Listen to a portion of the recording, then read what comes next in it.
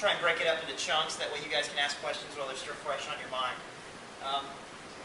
Like you said, my name is Mitch Canter. I have been working in Nashville as a freelance developer for about 3 years.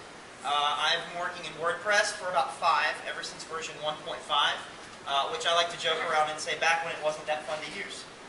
Because WordPress has come a long way in the 7 years that it's been available. A lot of people don't realize that WordPress is actually 7 years old, and there's a lot of people that are behind WordPress that really give it the power, give it the community behind it that it has today. So I want to start with just sort of a brief history on WordPress, and I know a lot of people are like, oh gosh, history, but it's always nice to know where you've come from, because that helps you know where you're going and sort of what the direction of what WordPress is. Back in 2003, when the West was won, the internet was such a dark place. No, I'm just kidding.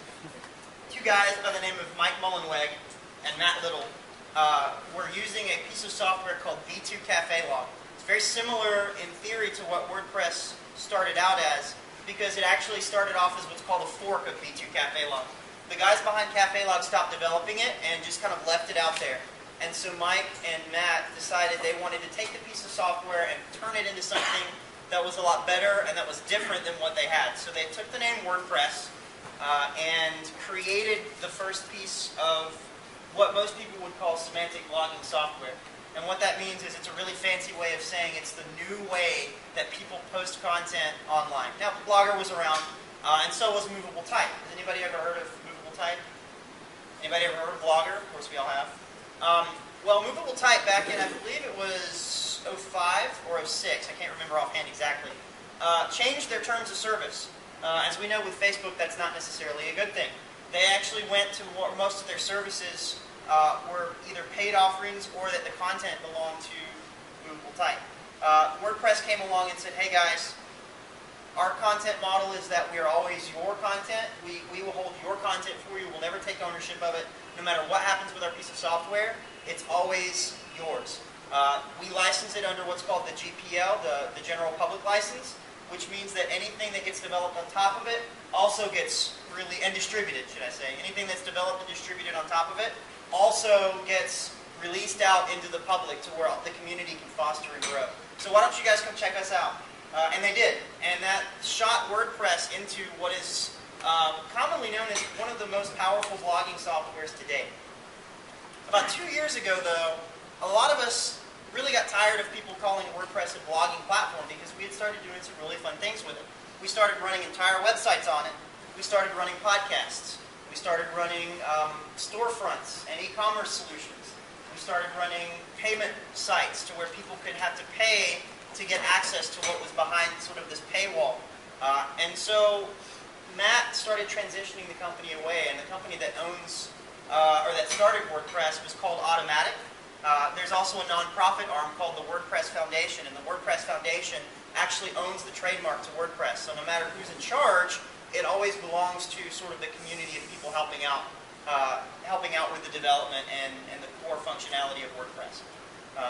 So WordPress has sort of evolved over the last 7 years, especially with the newest release, which I'll go into, that allows you to do pretty much anything you want with it.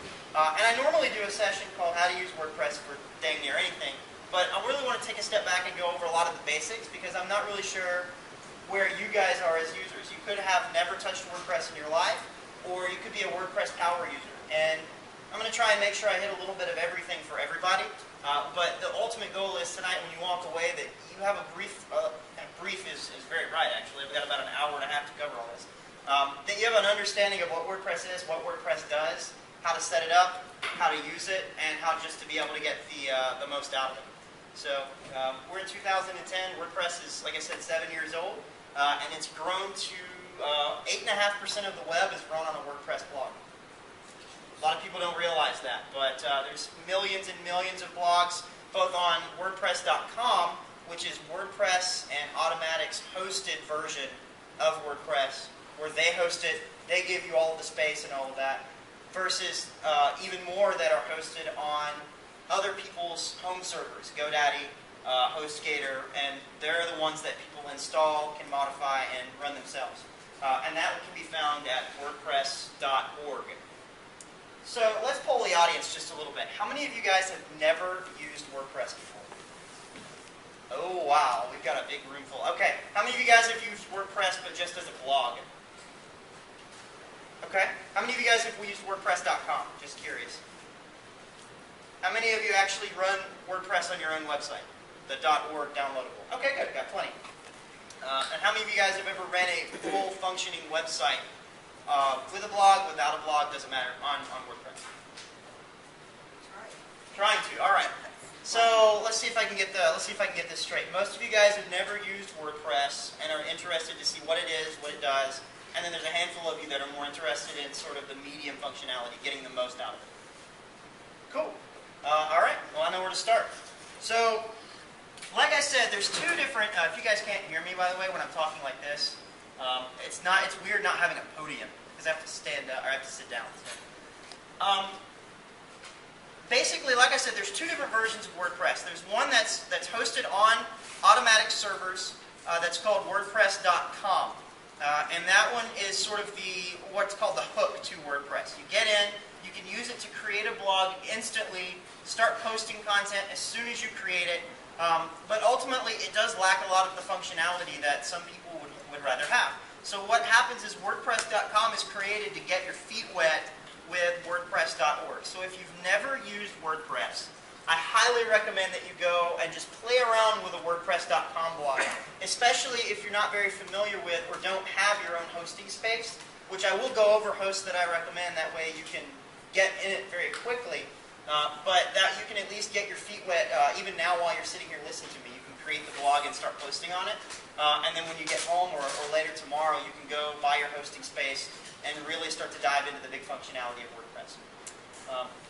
So just in case no one has ever seen, and I want to make sure I cover everything, a typical blog running on WordPress can look like anything that you want it to be. WordPress has a lot of built-in skins, otherwise known as templates, for the website. And the big thing that makes WordPress so powerful is that content and design are separated. And what I mean by that is, you can see here that there's a lot of content. This is my personal blog, MitchCanter.com. You can see that there's a lot of content on the website. So let's log in. And I'm going to breeze through this right now, but I will go over this in more detail in a second. I do want to just demonstrate the mat. This is sort of the aha moment for anybody that's never seen WordPress work. So, number one, here's what it looks like right now, okay? Obviously, you've got a headline, and you've got content, and you've got all this other stuff going on the screen. Watch what happens when I actually go into the back end of WordPress and switch the design. Refresh the page. All of the content stays there. All of this is always the same. My navigation bar is the same. My title, my description is always the same. The only thing that changes is the design that's wrapped around the content. And this goes back to what I call more of a semantic web. Semantic being that it's really easy to post content and you don't have to know HTML code. It's good if you do. But the main thing is you log in, you write your content, and WordPress takes care of all of the heavy lifting for you on the back end. And it does that by keeping the content stored inside of a database.